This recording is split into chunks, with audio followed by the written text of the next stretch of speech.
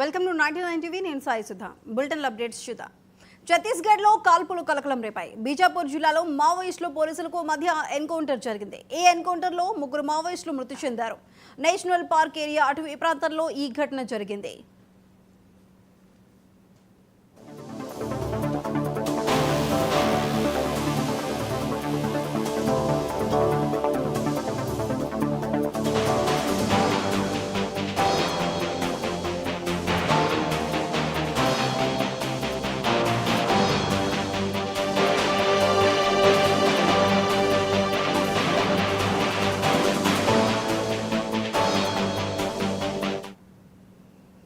ఛత్తీస్గఢ్లో కాల్పులు కలకలం రేపాయి. బీజాపూర్ జిల్లాలో మావోయిస్టులు పోలీసులకు మధ్య ఎన్కౌంటర్ జరిగింది. ఈ ఎన్కౌంటర్లో 3 మావోయిస్టులు మృతి చెందారు.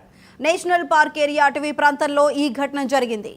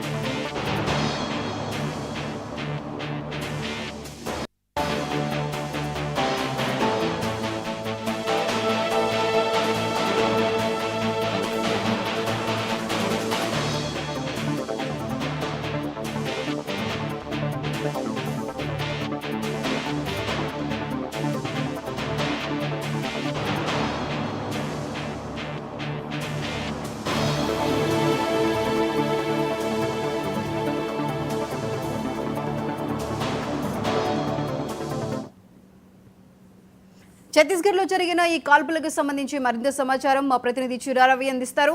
రవి, చెప్పండి. సాయి సుధా, దండకారణ్యంలో ఇప్పటికే ఏదైతే కాల్పుల మోతతో మరొకసారి అడవి మొత్తం కూడా మారుమోగింది. దాదాపు బీజాపూర్, దంతేవాడ జిల్లాల సరిహద్దు ప్రాంతమైన బైరన్ఘాట్ అటవీ ప్రాంతంలో మావోలను చుట్టుముట్టిన దాదాపు 400 మంది జవాన్లు, భద్రతా బలగాలు మావోలను చుట్టుముట్టారు. భద్రతా బలగాల మధ్య మావోయిస్టుల మధ్య పెద్ద ఎత్తున ఎదురుకాల్పులు జరిగాయి. పరస్పరం ఎదురుకాల్పులలో దాదాపుగా 3 మావోయిస్టులు మృతి చెందినట్లు, అట్లాగే ఇప్పటికే పోలీసు బలగాలు ఏదైతే ఉన్నాయో అవి మొత్తం కూడా ఈ యొక్క ఎన్కౌంటర్ లో పాల్గొన్నట్లు ఈ ఎన్కౌంటర్ సంబంధించినటువంటి ఆ దంతెవాడ జిల్లా ఎస్పీ గౌరవ్ రాయ్ కూడా ఏదైతే ధృవీకరించడం జరిగింది. ప్రధానంగా ఏదైతే ఛత్తీస్గఢ్ అటవీ ప్రాంతంలో ప్రధానంగా ఛత్తీస్గఢ్ అట్లాగే బీజాపూర్, దంతెవాడ ఆ ప్రాంతంలో ఉన్నటువంటి మావోయిస్టులు ఆడ ఉన్నారనేటువంటి ఒక సమాచారంతో మావోలను మొత్తం కూడా దాదాపు వేలాది మంది బలగాలు చుట్టుముట్టడం జరిగింది. దీంట్లో ప్రధానంగా ఘటనా స్థలం సంబంధించిన దాంట్లో ఇప్పటికే ఏదైతే పెద్ద ఎత్తున కాల్పుల అనంతరం కూడా చర్చ చేయడం జరిగింది. ఈ మావోయిస్టులు భారీగా అక్కడ మోహరించి ఉన్నారనేటువంటి ఒక సమాచారంతో ఆ ప్రాంతాన్ని మొత్తం కూడా చుట్టుముట్టి ఏదైతే మావోల ఏరివేతే లక్ష్యంగా కేంద్ర ప్రభుత్వం ఏదైతే 2025 కల్లా 25 మార్చి నాటికి ఖచ్చితంగా మావోలు లేని దేశంగా ఈ యొక్క కొనసాగిస్తామని చెప్పేసి అమిత్ షా ప్రకటించడం జరిగింది. ఈ నేపథ్యంలోనే మావోయిస్టులు ఇంకా ఈ ఎదురుకాల్పులలో ఏదైతే ఈ రోజు జరిగినటువంటి ఎదురుకాల్పులలో అటు మావోయిస్టులు ఎక్కువ మంది చనిపోవడానికి ఆస్కారం ఉందని ఇప్పటికే ఏదైతే ఎస్పీ ధృవీకరించడం జరిగింది. అయితే మృతుల సంఖ్య ఎప్పటికీ 3 ఉన్నప్పటికీ కూడా ఇంకా భారీగా అంటే మృతుల సంఖ్య అంటే ఇంకా మరింత మంది పెరిగేటువంటి అవకాశం కూడా ఉన్నది.